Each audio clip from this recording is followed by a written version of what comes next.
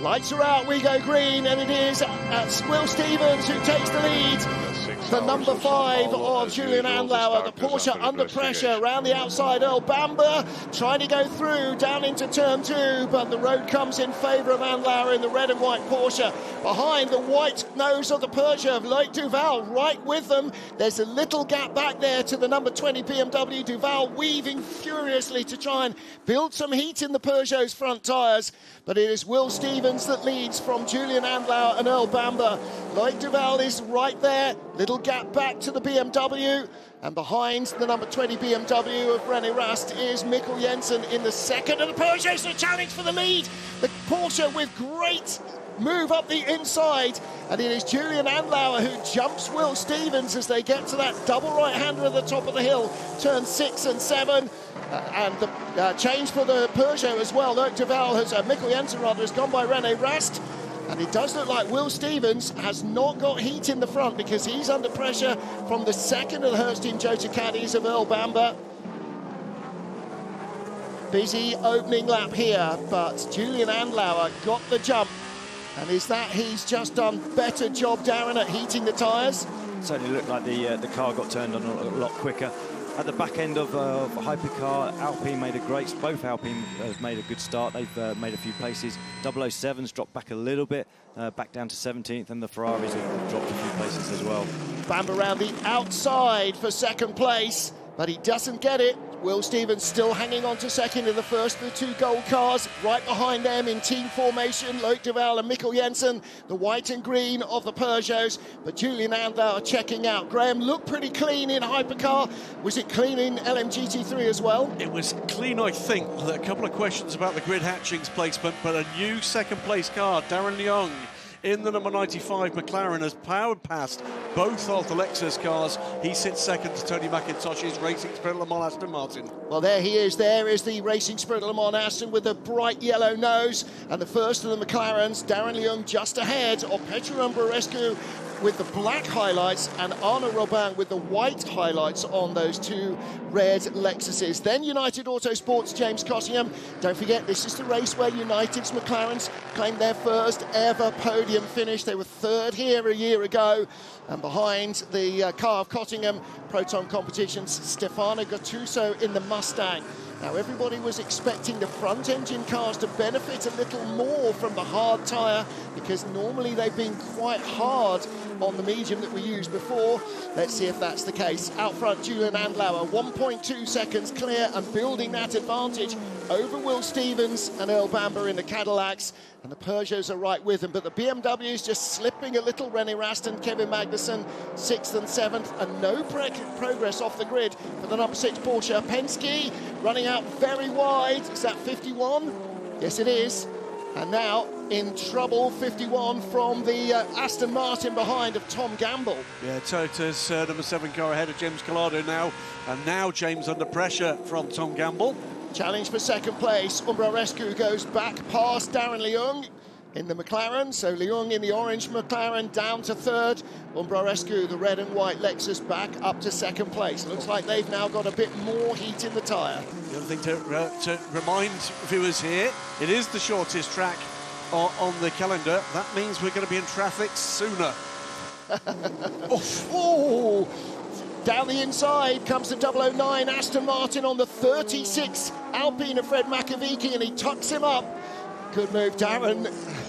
Yeah, good as an Aston Martin test driver to see the Valkyrie drivers really getting their sleeves rolled up here. 009, it's on a charge already. He's made a couple of places, but yeah, super to see that. And super to see the car competitive here. You know, it's in the mix pretty much for the first time, so it's great at this point of the season. The racing not running, and that's great to see. Yeah, absolutely.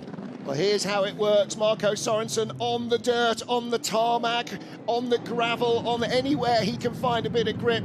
Now, he didn't complete the pass by going 4 wheels off, so that should stick. On board with the Alpine. It is close here, isn't it? You have to take your chances when they offer to you. And that pair are beginning to gap the group behind. Here comes the 009 for another crack at this. This time it's the Toyota that's the target. This time it's the Toyota that won last year's race that is the target for the Aston Martin. Toyota locked out the front row last year in Hyperpole. They only got one car through into Hyperpole this year.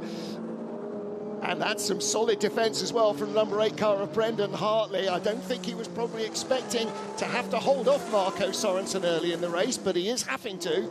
Turn 1 looks like Marco's favourite place at the moment, doesn't it? He's definitely sending it down the inside. And that first time when you do that sort of move and you don't know how dirty or where the grip is, it's a big risk. So the fact he wasn't able to lock up or anything like this. But wow, Roton around the outside and side-by-side contact there with the Alpine. She tries to do that. Nico Pino in the 99, the white car, round 30, Habsburg in the blue Alpine hanging on. And actually, this is all because Brendan Hartley was desperately slow there in those tight corners and backed up the Aston Martin into the Alpine, into the Porsche.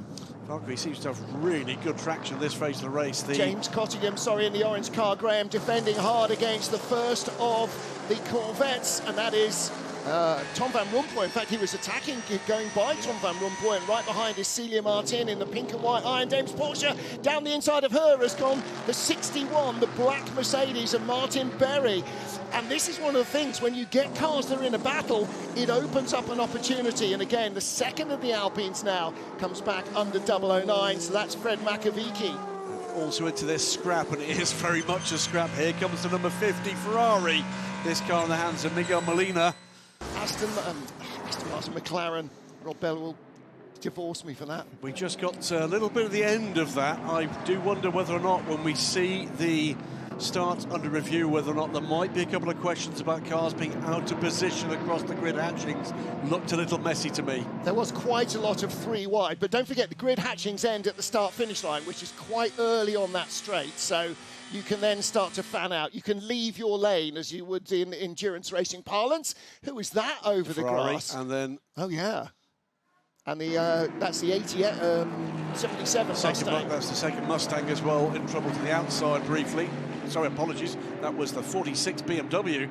So that was 21 Francois Heriot on the dirt. Let's ride on board with him. All got a little bit messy there, didn't it, at the start of the race at GT3. Back on board here with Celia Martin. This is replay of her gaining and losing a couple of 3 places. And Darren, I don't know how drivers deal with this fast-moving metal in all directions. It's instinctive, basically. Obviously, these cars on the grass there is the damage that may have happened to the car underneath. Are they going to have to carry that for the whole race? Is it going to be sort of costing them a couple of tenths per lap? So hopefully for both of those cars, it isn't going to be an issue. But you just, first corner, you just want to get through it without any damage. Looking back at the start for Hypercar, and watch the red and white Porsche on the left-hand side of your screen, challenging Will Stevens down into turn 1. First call, though, was to hold off Earl Bamber, who was going high, wide and handsome around the outside. It actually was all pretty much 2 by 2. They were 3 wide in LMGT3. They strung out nicely in Hypercar. Neat and tidy start in Hypercar. That's a view back from your pole man. Bamber going around the outside. And Andlauer having none of that. Darren, you've really got to choose your moment, haven't you, at the start? It's that balance, isn't it, between aggression and knowing what grip you have with the cold tyres. So all of these guys in Hypercar, first few corners did a great job keeping out of trouble. A few sort of positions changed, but not too dramatic. But it's that horrible thing of you can be a hero in lap 1, but you can certainly go to 0, and that really does affect the rest of your race. I can remember last year there were quite a few cars going off on the outside of turn 1 on the first run down through there at racing speed. On board with the 50 Ferrari, Antonio Fuoco, I beg your pardon, Miguel Molina. It's busy, isn't it? Lots of fast moving, I was going to say metal, but lots of fast moving composite in front of you. Oh, big twitch there for the number 6 car, under the 83. That's the bit you have to be careful of, isn't it? Your tyres just aren't there. You're still trying to push, and then you have a moment and obviously open the door and someone sneaks underneath you. This was the attempt up the inside for the 93 car. Yeah, Mikkel Jensen did get by the BMW at that stage. This is just before that. And And this is the first of the big moves from Marco Sorensen. Going down the inside into turn one. This is the onboard. The gap didn't get any larger, did it? No, he made that gap. And he resisted the temptation to have a little secondary lunge at the Toyota. And 99, the white Porsche, with a 36 Alpine under 35 Alpine underneath him there. Again, turn one is going to be one of the prime overtaking opportunities, isn't it? Yeah, always. Turn one, turn four, they're the sort of key ones. This is a big change. LMGT3's lead goes to Lexus. Petro Morescu has gone by Tony McIntosh and done a fabulous job for the first 20 minutes of this race. This is the move. Darren? He's obviously seen Marco replicated that, but an easy, straightforward move down the inside.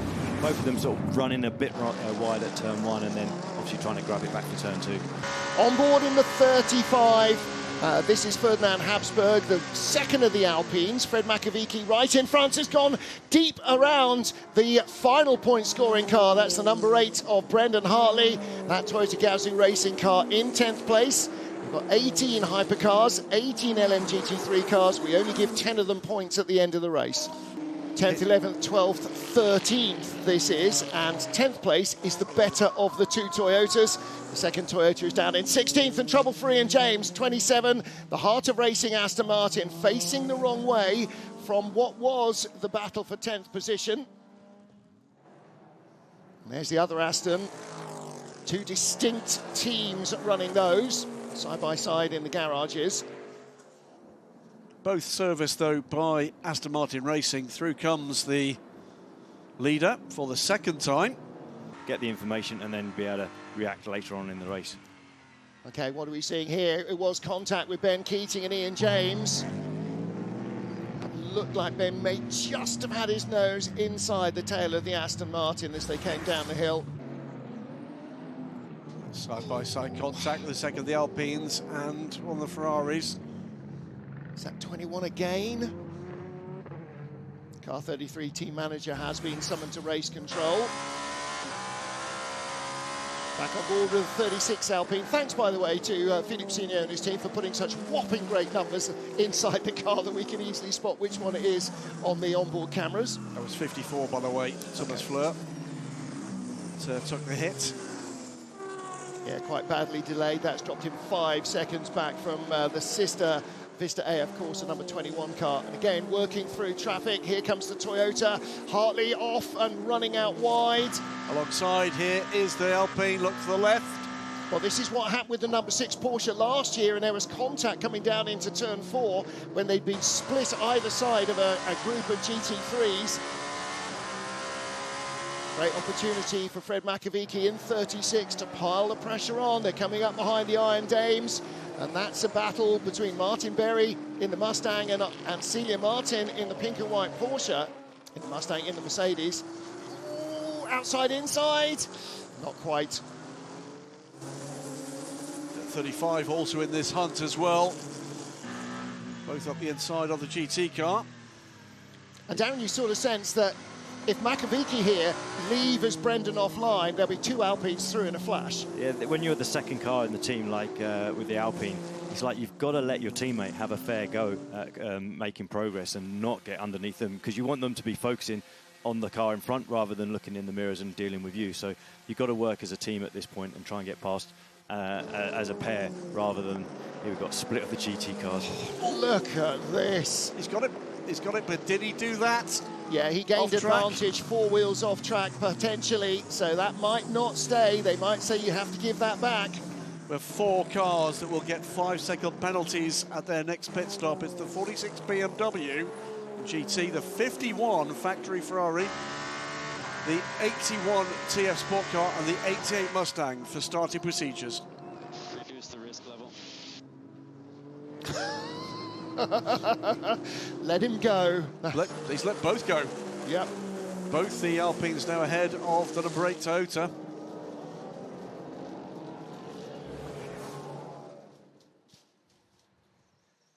Got a replay of this manoeuvre going on right now. So obviously getting a tow, sitting in the tow, splitting the traffic now with the GT car.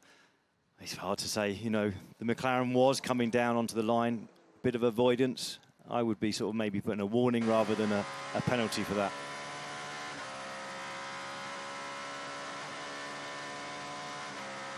He was able to make the move stick, so let's see if there's something comes up on the board. Well, in theory, that looked like he is going to be told by the team to give it back, but we'll wait and see. If Brendan Hartley's being told to let them go. Again, this is a view from 35, right behind Ferdy Habsburg. He went the long way around the outside.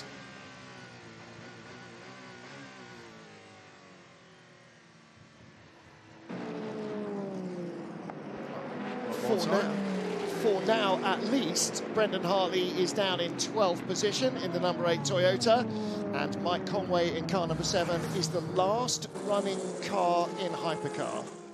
Unexpected pit caller, 35 Alpine of Ferdy Habsburg, should still have had around 40% of usable energy in the car. So what's this all about? The dolly was coming out. Yeah. The dolly was coming out for that car. That's not good news. So unexpected pit caller, 15 BMW. You can see how early, it's been refueled, the BMW, but the Alpine, still only 2/3 of the way through the stint. All tires under control here. You are free to push your more tires. All right, so tyres under control, which means the temperatures haven't risen too hard. Let's try again with Bruce Ioane in the pit lane. Bruce, what do you know? Okay, not hearing anything from Bruce this time either. So, unfortunately, I think we've got a couple of technical issues there. Trouble there. There was a moment for the 6 car, overcooked it through turn 1. This is actually now going to give P3 in GT a run on McIntosh in the Aston Martin. So out of position from the Hypercar, and will he get the drag down to turn 4? But he's also closed it up with the Lexus right behind him now. Yeah, Lexus is right alongside the Proton Competition Mustang. Can't get around the outside of turn 4. 10 seconds added to the next pit stop for Ben Keating. What are we seeing here? Whistling up the inside of the BMW.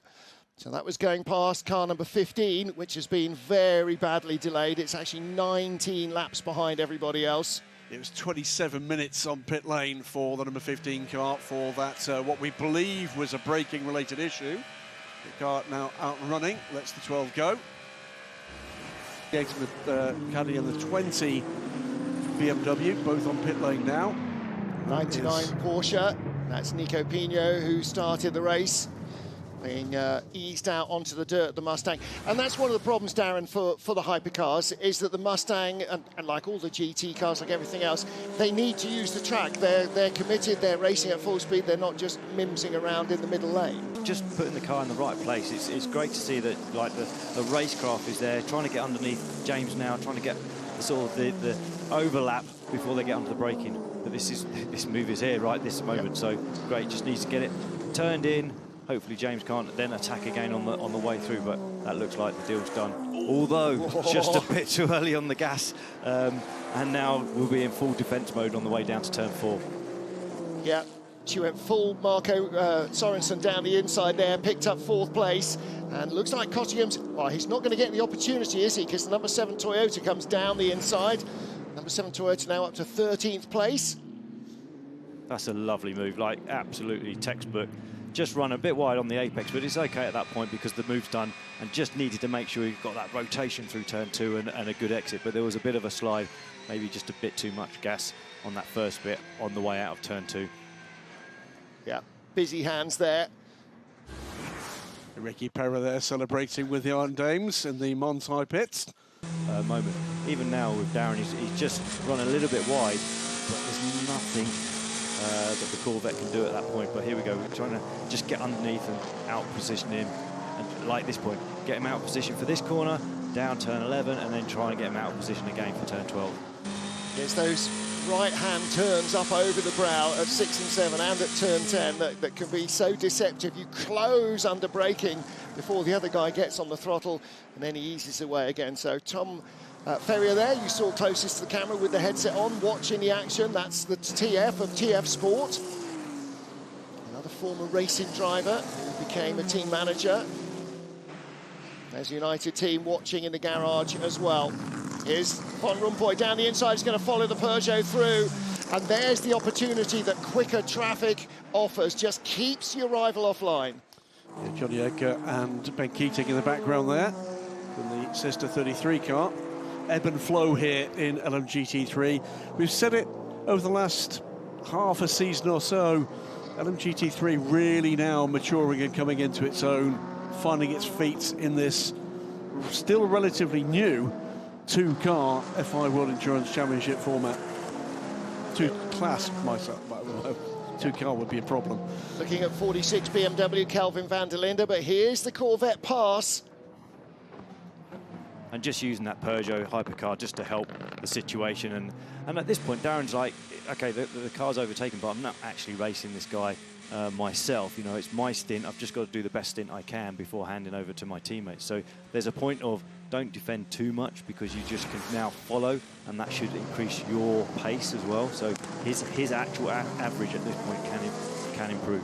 Somebody's gone off down at Curva de Sol, and it's number 10 car, and that is the car that started on pole. Tony McIntosh in for a double stint. Now, he may have been distracted by traffic. Okay, in traffic, it is Augusto Farfus going around the outside. Darren, you're a driver. Oh, he's lucky with that next bit. Yeah, I sort of. It looked like he was having another stab at trying to take the position back. And at this point, it's like, just keep your head down and follow Augusto through and just keep with his pace. So, yeah, one of those sort of positions where you probably didn't need to make that move at that point in the race, because he's done such a great job in the first stint. So just carry on and build on that for the next teammate. Mikkel Jensen now starting to feel the pressure a little more from Laurens Vanthoor. We're on board with the Belgian driver. Oh, and a rotation from the championship leaders. That's the 92 Porsche. Ryan Hardwick, another of the bronze drivers who started the race. And they say he's just gone into turn 12 a little too hot and looped it around. Again, second stint on this new hard Goodyear tyre. Oh, number 8 Toyota was on the dirt there as well. That looks like a misunderstanding in traffic. Yeah, certainly turn 11 isn't the normal place to lose it. Turn 12, you could easily lose it, but turn 11 down the hill, it's unless you're really at the end of what your tyre can give you, it should be a fairly easy corner. So I would guess there must have been some sort of contact. Well, Graham, you signalled this battle. Finn Gersit's now ahead with the white highlights on the Lexus of Petru Umbrarescu. And again, Umbrarescu's job is to lap as quickly as it. That sounds like a silly thing to say, but it's not to try and win the race in this stint. It's try to lap quickly. Here's the two Corvettes and the 33 up the inside of the McLaren. But this is a replay of the incident. Just a bit of a sort of late braking lock-up as well. Lucky he didn't spin the Peugeot around at that point as well, but it's only a light tap, so and certainly not intentional. And actually in a straight line as well. If the Peugeot had been starting to turn, that might have been a very different kettle of fish. And again, he went the long way round the outside, high, wide and handsome. Couldn't quite maintain that overlap. And also at this point, the Porsche's been stuck behind the Peugeot for a number of laps now. It may have a tyre advantage, theoretically, but it's going away more dramatically than it is on the Peugeot. And you just saw then, getting back on the power and having a bit of a wiggle on the way out. But this is look, here we go. Traffic played a part of that, and it gave the Porsche that slingshot around the outside and finally gets the move done. Expect, and it's a brand new tyre, so ditto. The genius of this class is around the outside this time. Tries the 21 car. There's a bit of a kiss there to the rear of the car, and I think has made that bay. Yeah, he's just about there and gets his nose in front. Good racing by both drivers. Could there be two more different performance cars than the two you're looking at there? The Ferrari 296, the Ford Mustang, rear-engined V6 turbo, front-engined big V8 normally aspirated car. This is 99 on 009. This is for 10th place. The final point grabbed by Nico Pino from Marco Sorensen in the Aston. The final points for drivers' points, but not for the manufacturers, of course, because at the moment that 009 If it retains, it's actually just lost another position. You don't really want to get involved with that if you've got the pit stop coming in the next lap or two. Yeah, it's going to be the next lap, and this time it's looking for the lead. To the outside comes the Cadillac. Porsche using the GT car, but it's not going to work there, I don't think. Side by side again. Porsche muscles its way back ahead. It will still be there. Poor old McLaren being clattered either side almost.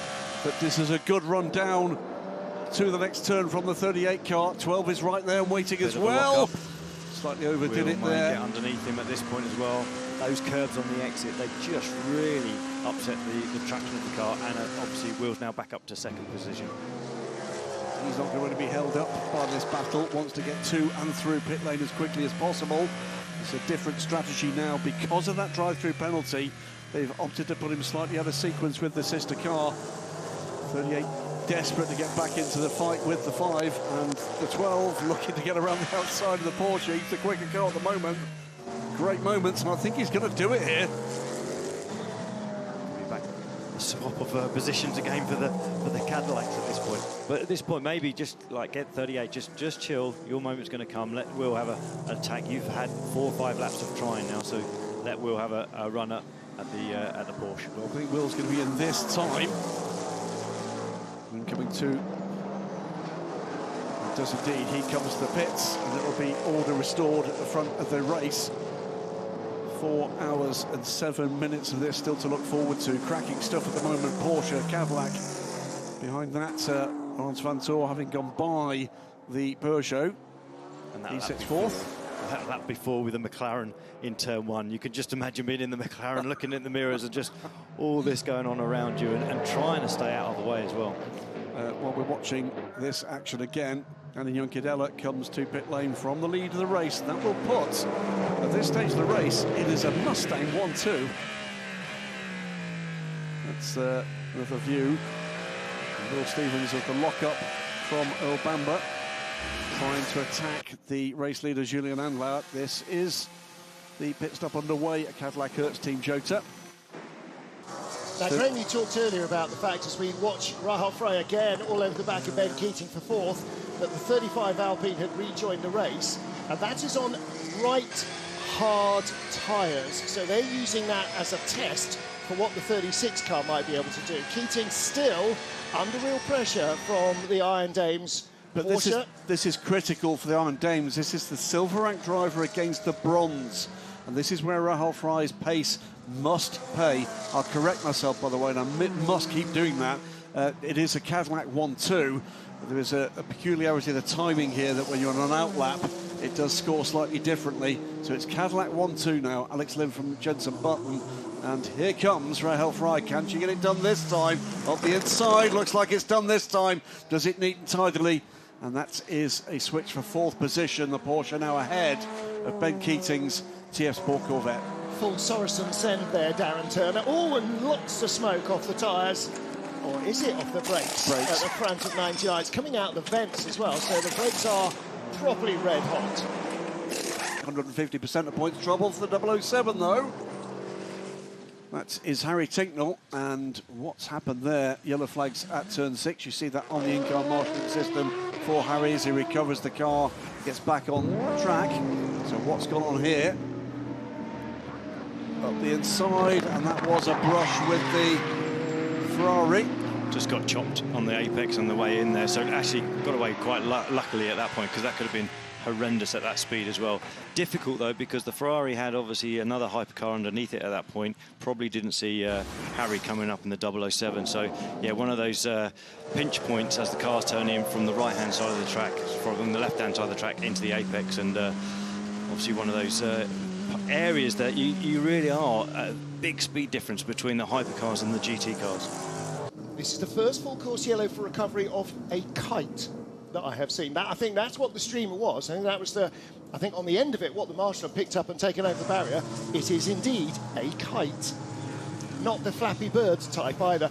Darren Turner, the man who predicts full course yellows at will. And here comes the pass. Ruri Anjar down the inside. Door left open by Ben Keating and slammed shut as soon as his teammate had gone by, because he knows the danger of having that McLaren behind him. keeping an eye on a couple of the other battles. Oh, there was a touch there, and a big one. Now, what came off? Was it something off the McLaren, something off the Corvette, No, or I think something it might off have been the something Ferrari? Ferrari. Yeah. I think it was the Ferrari. I think it's the rear right bodywork of the Ferrari. Or is it? No, it doesn't look like it was the McLaren. One of the problems we were talking about trying to leapfrog along the queue with the hypercars. We saw this at Spa last year with Earl Bamber catching the BMW of Sean Gelael, is although the hypercar, you're not really cab forward, you know, like a 1980s Grand Prix car, they're a long old car behind you. Let's take a look from above. Yeah, it was rear bodywork on the Ferrari.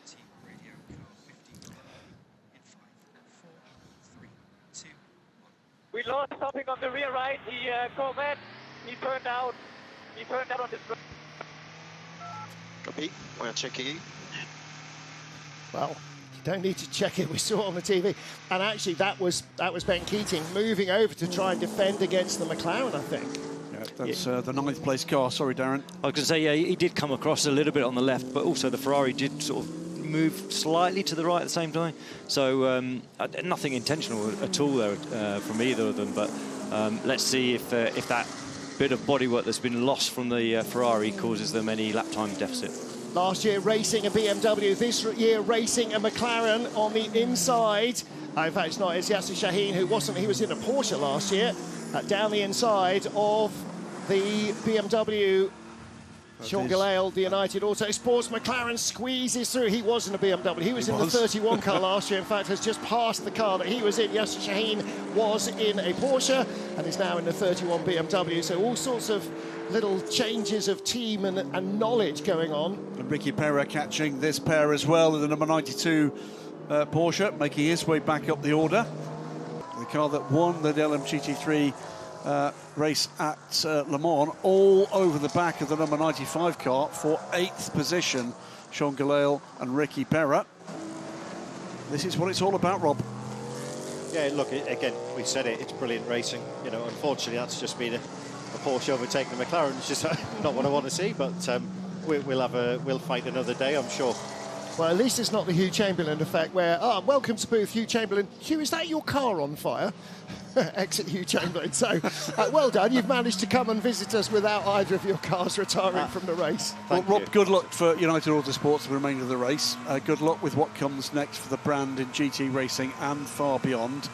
And here is the second McLaren battle. This is Sebastian Bowen, 59, with Kelvin van der Linde behind him. Kelvin in the 46 BMW. We saw him relaxing very much on the... In fact, they need to get a bigger sofa, I think, in the 46 garage, because even Valentino Rossi couldn't relax on it totally. Van der Linde, Darren Turner, all over the McLaren at the moment.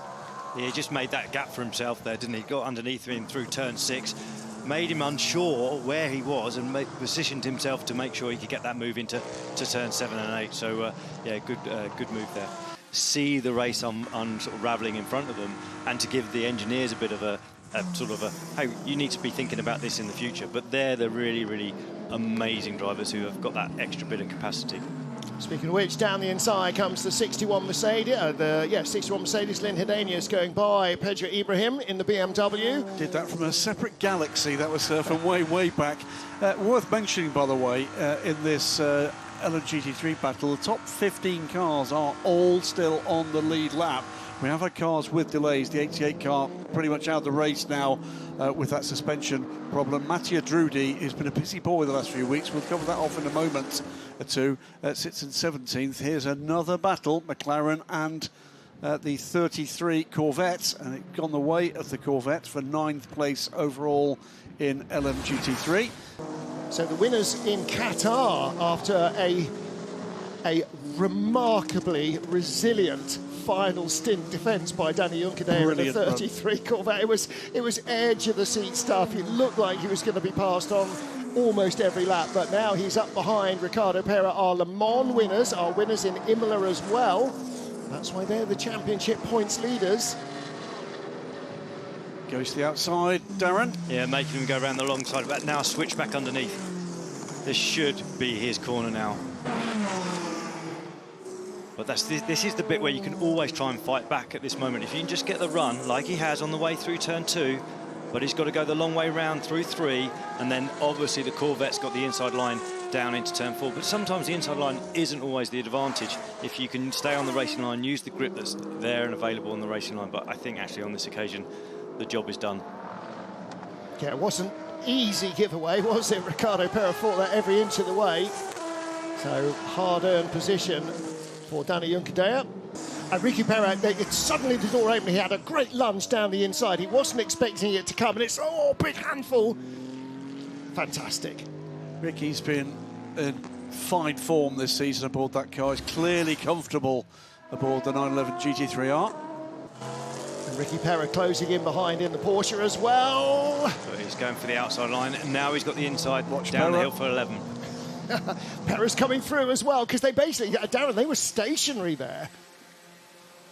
Yeah, that's probably an annoying couple of corners there for the McLaren, dropping 2 places. But yeah, he sort of made himself hang tight on the right, and the Corvette on the outside through turn 10. Going back at the Porsche. Great overhead shot here. It's a long way round uphill on the outside, isn't it? And here comes the Peugeot to make life even more tricky. Meanwhile, in the background, we can also see it is going to be Ricky Pera that maintains that position. Also see that Sean Gillale has been caught by Ben Tuck. And that battle for what is now 9th place. That's because Walla Bocello, I think, has finished his stint. He's on pit lane in number 10, Aston Martin. Yeah, they're not too far behind this battle either. You can almost see them in the same shot, so they're a couple of seconds further back. But the good news for her is that we've had some of the lead hypercars coming through, and if you know who the leader is, oh, she gets a good run on the inside, Darren. Yeah, absolutely. Now, unfortunately, it's on the outside for the next corner, but it's the same thing. Seeing the car ahead, making a mistake, missing the apex, and you know the opportunity is going to be coming pretty soon. She's got it. She's just got like it. that. Yep. Absolutely perfect. So Yuichi Nakayama gave her a little shoulder charge to sort of ease her out of the way and hold on to the position, but it didn't deter her. The Swiss driver moves up into 2nd place for the Iron Dames. Lexus is quick on this straight, though. I'm not sure he's got enough, but it's because the Lexus is going to pit lane. In lap for Yuichi Nakayama. So he comes in from what was 3rd place. This is great on-board viewing, Darren. Yeah, see the little twitch as he turned in, rear axle went, moved wide, and it just gave an opening that was, okay, it's the long way round, but it certainly helped because it just gave it the momentum on the approach to turn 12, because that Lexus just went a bit wide onto that curb going through turn 11. Been a cracking run for the Dames so far. Behind with the 51 Ferrari. Where's the gap going to open up? He managed to squeeze through. Now here's Ben Tuck in the Mustang, closing in on the McLaren in front.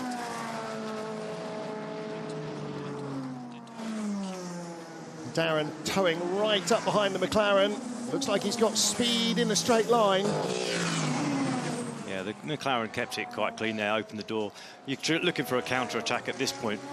Mustang getting a bit loose on the exit of turn 2 there, but I think now it's got the drive on its way down to turn 4. Looking more and more sorted, this Mustang.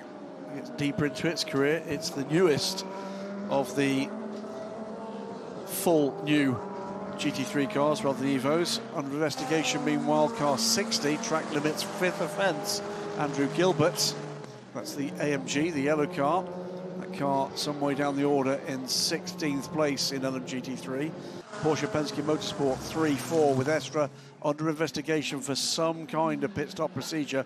We'll see again this neat and tidy overtake from Ben Tuck in the 77 Mustang on Sean Gillale's McLaren. That's a move Valentino Rossi would have been proud of in his 2-wheel career. That's a block pass. You get in front and you can't carry the speed. You just stop on the apex. Excellent. Well, there's your race leader, Alex Lynn. 17 seconds it was, now 18.1 ahead of Jenson Button. Jenson 17.1 ahead of Michael Christensen in 3rd. Christensen 35 seconds ahead of Kevin Estre in 4th. And Malte Jakobsen in 5th place. The only other car on the lead lap, 7 seconds behind Est. As we got the doctor ready to go to work. Yet another distinctive helmet livery from Valentino Rossi. There's so many happy brains in the marketing department at 46.com, or whatever the actual name of it is. They just keep coming up with this new stuff. Pit stop for Rui Andrade, and there's the shamrock and the helmet of Charlie Eastwood. So the Angolan driver straps in his Irish teammate, and out gets Kelvin van der Linde. The doctor is at home in the 46 BMW.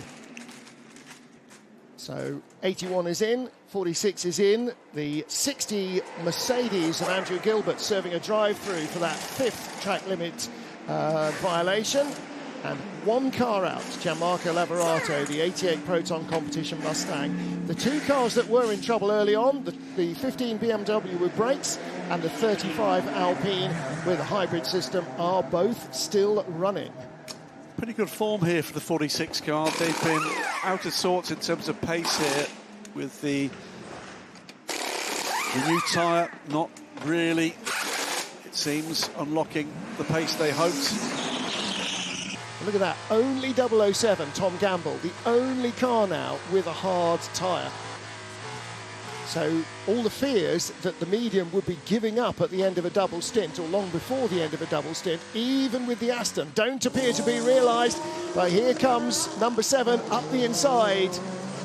Nick de Vries is, again, the Corvette might not play well here for either of them, but de Vries manages to wriggle through. That was pretty well judged, I think, there, Darren Turner. Yeah, it looked like the first Toyota went past at turn 4. And looking, you know, obviously we've just seen on the previous lap that Alex has got some great straight line speed, but midway through the lap, through the sector 2 in particular, just struggling a bit on the tyres at this point. So here's the pass, Darren. That's a fairly clean manoeuvre, except for at the apex there. Bit of a move, bit of a slide from the McLaren, getting a bit crossed up, but both of them avoiding any contact at that point. Did it look like Valle was using the normal racing line and didn't think that there was a lunge coming? Probably when he started to turn in he didn't, but then he soon realised that it was coming, so yeah. Has headed for the hills.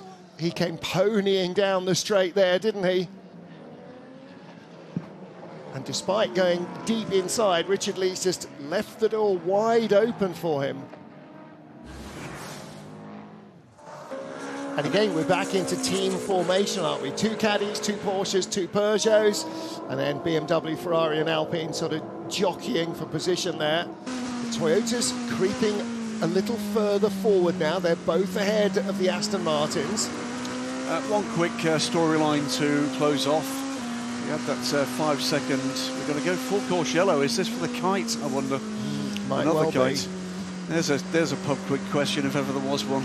Which international motorsport event was interrupted twice for kites on track? 20 seconds for full course yellow. We will go under full course yellow in less than 15 seconds. It is. Full course yellow in 10, 9, 8, 7, 6, 5, 4, 3, 2, 1. Full course yellow, full course yellow. So, note to self. Okay, we are collecting debris from the start straight. We are collecting debris from the start straight. All cars to bear right. All cars to bear totally to the right. Next year in fan merch, nothing that flies. No kites, no balloons. All cars to bear right at the start straight. All cars to bear totally to the right at the start straight. We have marshals on track. That's because somebody's going to have to leap over the wall or come around the end of the pit wall, probably, to go and retrieve that. It's down at the 50-metre board. There you go. That's not Rob Bell, by the way. I think it's one of the marshals. He's fast. 10, 9, 8, 7, 6, 5, 4, 3, 2, 1. Full course yellow removed. So does lightning strike again? Michelle Gatti wasn't quite where she needed to be, but she's got a good run on Yuichi Nakayama.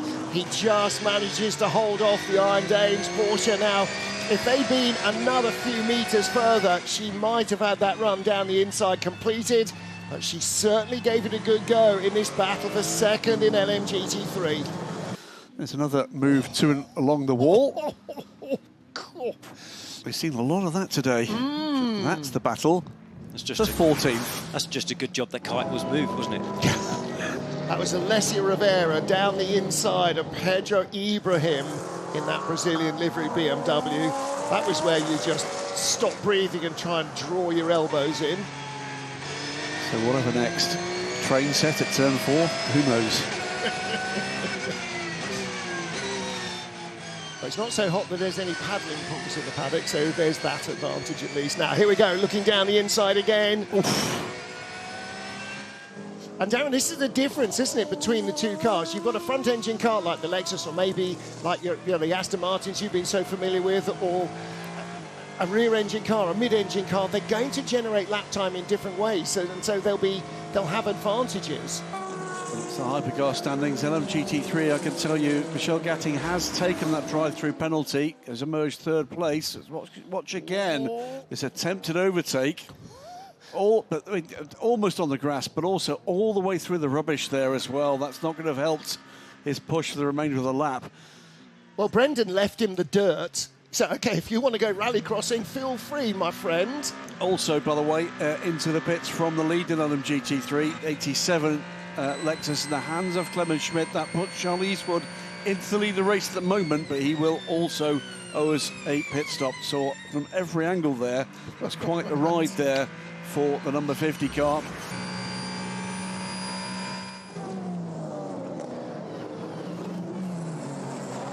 Yeah, it looked like the Toyota wasn't even going to try and defend on this lap.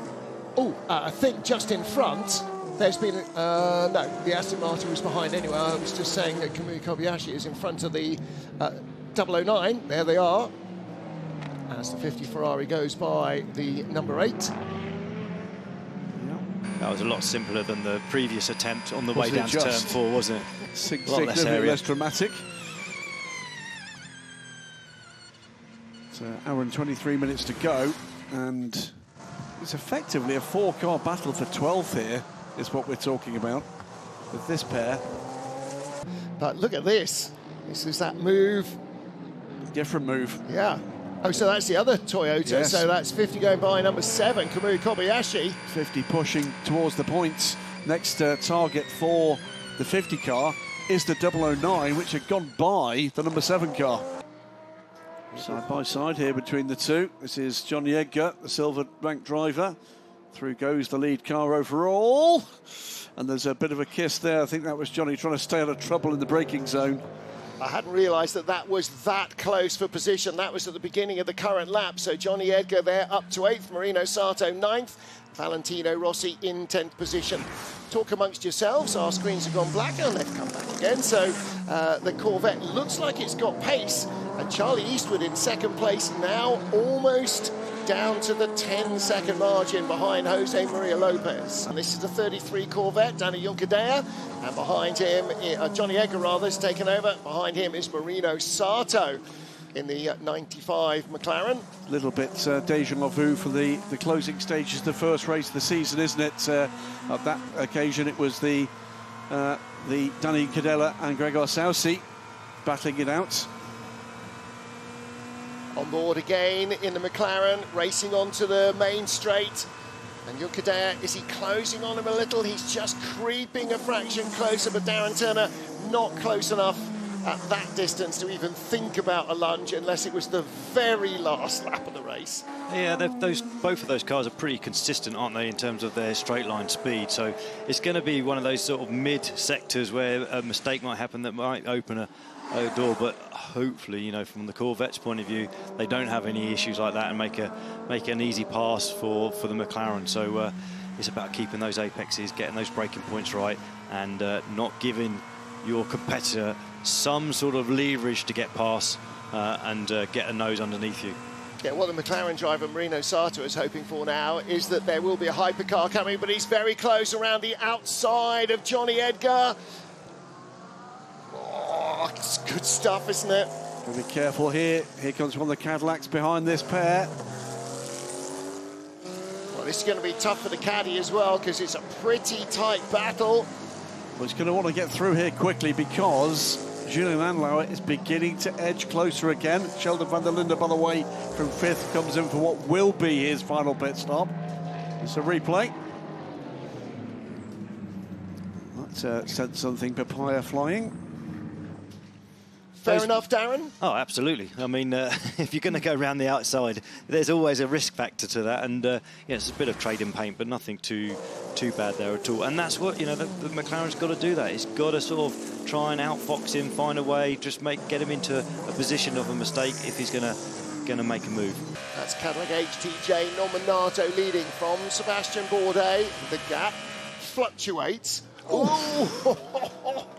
Is that Nico Veroni finding his way through on the, but then ceding it back? That was a little desperate from Nico Veroni, all over the grass into the braking zone and then running wide and losing the place again.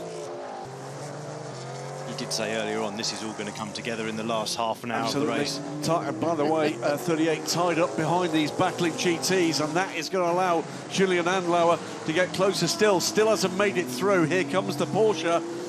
And this is critical because that is the battle for second place, and Michelle Gatting did not want to allow Charlie Eastwood a run. I think he might have got a run on her. He has got a run on her. She's having to defend very hard, Darren. And that's what I was saying about turn 12, losing the momentum. Charlie's underneath now. Yeah. Probably be able to hold that tighter line all the way down to turn 1. Number 5 had to go the long way round the outside. Yeah, we are pushing for blue flag there, Julien.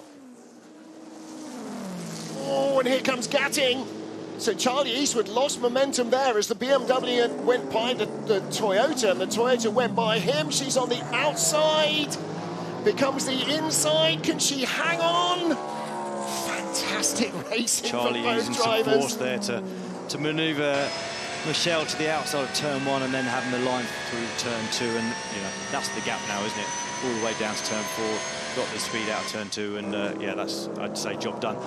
Only because of the fact that Charlie's got the advantage on the tyres. Change in front, change behind, sorry, Barrichello's gone by Gersitz. Now that could be significant. The gap between Michelle Gatting and Eduardo Barrichello now, 6.5 seconds. We've got 14 minutes to go.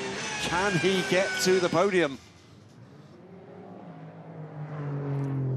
No contact. I tried super hard to hang out on the outside there. That would have given Michelle the inside for turn 2, but I don't think Charlie was going to make it that easy. This is the thing, turn 12, if you can get underneath someone, get the drive off the corner, then you've suddenly got the inside line for turn 1. Taller, better looking here. Only slightly, but not on the better looking. It's done. Taller. Yep. There goes the BMW, and that was all about the traffic. It's been like that all day, Darren. Great battles in LMGT3. Peugeot coming back, though. I mean, that all happened with it being sort of boxed in through turn 2 and 3 with the GT car and losing the momentum on the way down to turn 4. He must have known it was coming down the straight. He's catching him. I'm not going to get past him. He knew he was going to get held up, and there wasn't much he could do. But like Duval, we know that he's a fighter. He will try and take this back if he can. Well, watching this, Andlauer is right with Sebastian Bourdais. It's 7/10 of a second now. Charlie Eastwood is just 3.8 seconds ahead of Michelle Gatting. Michelle Gatting half a second ahead of Eduardo Barrichello. That hypercar then in turn 1, 2 really helped Michelle. Just sort of break that sort of attack that was coming from Eduardo at that point. But he's back on the tail right away. So yeah, you can imagine by the end of we get to turn 12, that's when he's going to start to put the attack back on. The big open mouth of the Aston Martin, highlighted by that Daylo yellow, must look very, very close in the rear-view mirrors of the Porsche. I think he knows he's got the speed. It's the question of where is he going to get her.